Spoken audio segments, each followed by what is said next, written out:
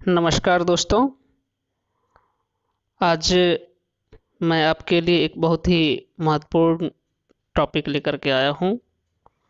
यह topic BA part 2 geography honours paper 3 से है, जिसका यूनिट है यह 5 और बिहार के संदर्भ में नदी घाटी परियोजनाएं पढ़ना है, जिसमें आज मैं कोसी नदी घाटी परियोजना के बारे में चर्चा करूंगा।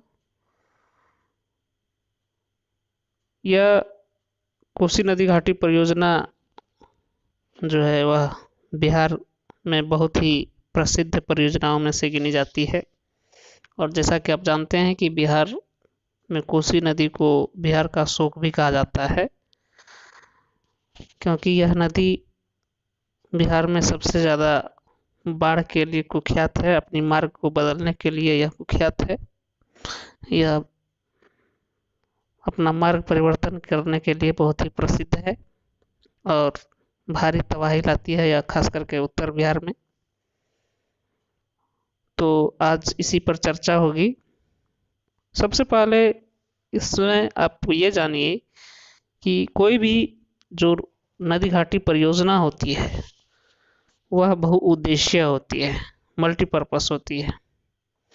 और बहुउद्देशीय परियोजना कहने के पीछे का जो कारण होता है वह सबसे बड़ा कारण होता है कि एक नदी घाटी परियोजना बनाने से कई एक सारे उद्देश्यों की पूर्ति होती है, जैसे मछली पालन, सिंचाई की सुविधा का विस्तार करना, बाढ़ पर नियंत्रण, बिजली उत्पन्न करना इत्यादि इत्यादि कई एक कार्य होती है जो इस तरह की परियोजनाओं से होती है। इसलिए किसी भी नदी घाटी परियोजना को बहुउद्देशीय नदी घाटी परियोजना कहना गलत नहीं होता है। तो आज का जो व्याख्यान है मेरा, इसमें मैं इसको 2 भागों में बांटा हूँ। जो आपका कोसी नदी घाटी परियोजना से संबंधित मेरा व्याख्यान होगा वो 2 भागों में होगा। आज का व्याख्यान में जो मैं चर्चा करूँगा तो उसमें मैं आपको बताऊंगा कोसी नदी का। सबसे पहले मैं परिचय दूंगा, फिर इसके ऐतिहासिक पृष्ठभूमि के बारे में थोड़ी चर्चा होगी, फिर इस नदी की अवस्थिति के बारे में मैं चर्चा करूंगा, पुनः फिर इसमें मैं चर्चा करूंगा इस नदी के द्वारा जो बाढ़ लाई जाती है इसके क्या कारण हैं, फिर इसका भूगर्भिक संरचना क्या है उसके बारे में मैं चर्चा करूंगा, और फिर इसके बाद मैं बताऊंगा कि यह नदी मार्ग परिवर्तन क्यों करती है, इसका क्या कारण है, इस पर चर्चा होगा। फिर इसके मार्ग परिवर्तन करने से क्या हानियां होती है, क्या नुकसान होता है, उसकी चर्चा होगी। और फिर मैं चर्चा करूंगा कोसी परियोजना का जो मुख्य उद्देश्य है वो क्या है। तो ये सारी चर्चाएं इसमें आज के लेक्चर में होगा, और जो आगे होगा, जो बचा हुआ अंश रह जाएगा, वो इसके दूसरे भाग में मैं चर्चा करूंगा। तो आइए मैं शुरुआत करूं आज का इस ऑनलाइन लेक्चर क्लास का। तो पहला है कि इसका हम परिचय दे दूं आपको। कोसी नदी घाटी परियोजना बिहार के उत्तर पूर्वी क्षेत्र में स्थित है। उत्तरी बिहार की कोसी नदी पर निर्मित यह परियोजना विनाशकारी बाढ़ों एवं मार्ग परिवर्तन के लिए कुख्यात कोसी नदी की विनाशकारी लीलाओं पर नियंत्रण पाने में सफल होने के साथ ही वर्तमान परिप्रेक्ष्य में उत्तरी बिहार की कृषि एवं अर्थव्यवस्था के लिए वरदान साबित हो रही है। अब इसके कुछ ऐतिहासिक पृष्ठभूमि पर चलें तो कोसी नदी घाटी परियोजना नेपाल सरकार, भारत सरकार एवं बिहार राज्य की सामूहिक दायित्व की योजना है। स्वतंत्रता प्राप्ति के बाद तत्कालीन प्रधानमंत्री नेहरू के व्यक्तिगत प्रयास से दोनों देशों के समझौतों के बाद 1955 ईस्वी में वास्तविक कार्य प्रारंभ हुआ और इस परियोजना को मूर्त रूप लेने में 8 वर्ष का समय लगा। यह परियोजना 1963 ईस्वी से कार्यरत है। इस परियोजना को बनाने में उस समय 86 करोड़ रुपए की लागत आई थी। अब आइए कुछ इसकी भौगोलिक स्थिति क्या है उसके बारे में चर्चा करूं। इसकी स्थिति और अवस्थिति के बारे में, तो बिहार का शोक नाम से जानी जाने वाली कोसी नदी का जल अधिग्रहण क्षेत्र लगभग 38,000 वर्ग किलोमीटर क्षेत्र में है। यह पूर्वी नेपाल में हिमालय की उच्च पर्वत श्रेणियों के मध्य सप्त कौशिकी क्षेत्र से निकलती है। 7 नदियों के मिलने से बनी कोसी को नेपाल में सप्त कोसी कहते हैं। अब ये 7 कौन कौन सी नदियां हैं जो आपस में मिलकर के कोसी नदी का निर्माण करती है और उनका उद्गम स्थल क्या है उसकी थोड़ा चर्चा कर लूँ। तो इसमें जो है पहला है सुत कोसी, ये तिब्बत से निकलती है। अरुण कोसी, यह भी तिब्बत से निकलती है। भोटिया कोसी गौरी शंकर चोटी से निकलती है।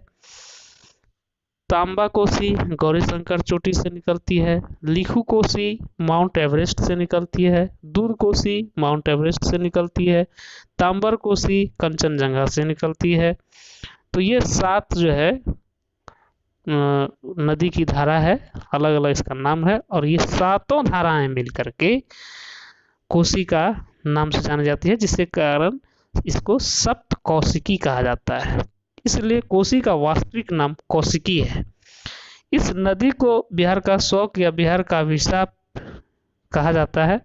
गंगा में मिलने से पूर्व यह स्वयं अपना डेल्टा बनाती है।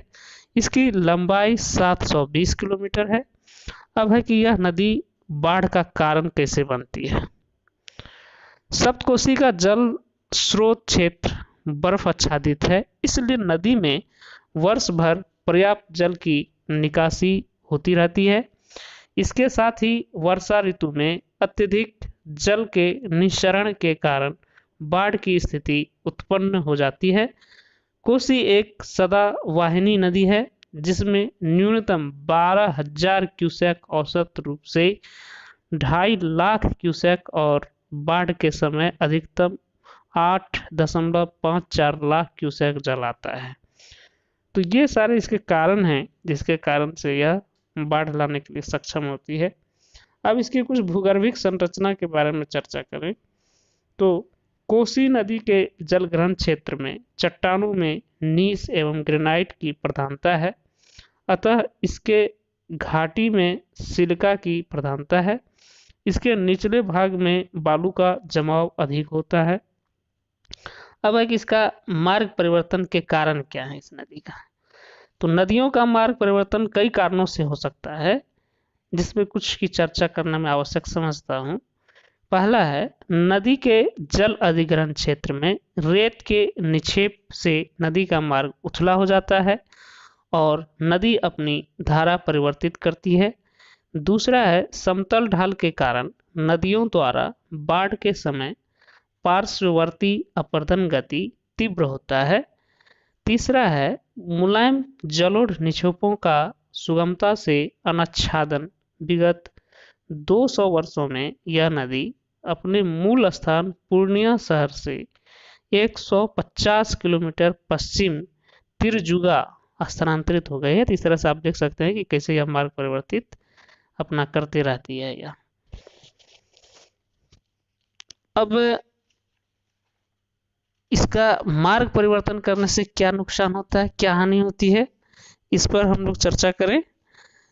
तो कोसी नदी के मार्ग परिवर्तन करने से 4,000 वर्ग किलोमीटर उपजाऊ जलोढ़ मिट्टी का क्षेत्र बालू से ढक गया है और इस स्थान पर बांस, कटीली झाड़ियां तथा पटेर बन गया है।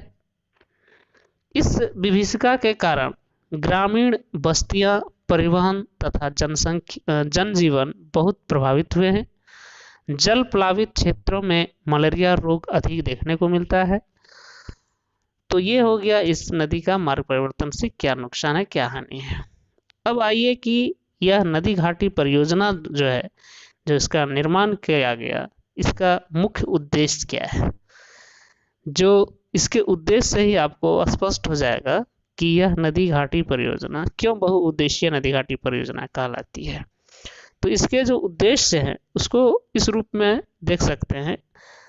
पहला है मार्ग परिवर्तन पर रोक, दूसरा है उपजाऊ भूमि की बर्बादी पर नियंत्रण, तीसरा है भयानक बाढ़ से क्षति पर रोक लगाना, चौथा है जल से सिंचाई का विकास, पांचवा है जल विद्युत का उत्पादन, छठा है भू संरक्षण, सातवां है मत्स्य पालन, आठवां है नौका परिवहन, नवां है पर्यावरण पर नियंत्रण और 10वां है स्वास्थ्य संवर्धन।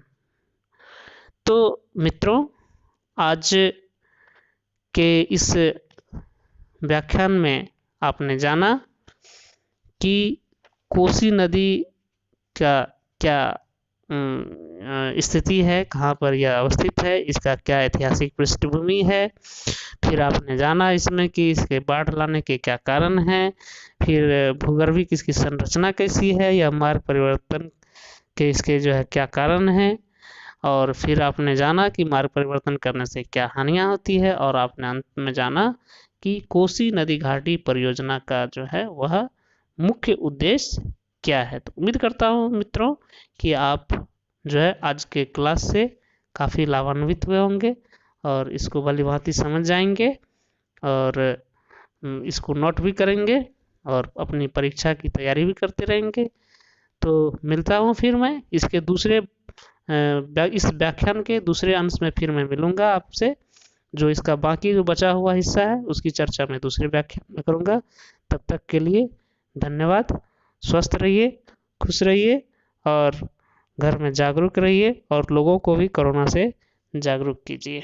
धन्यवाद।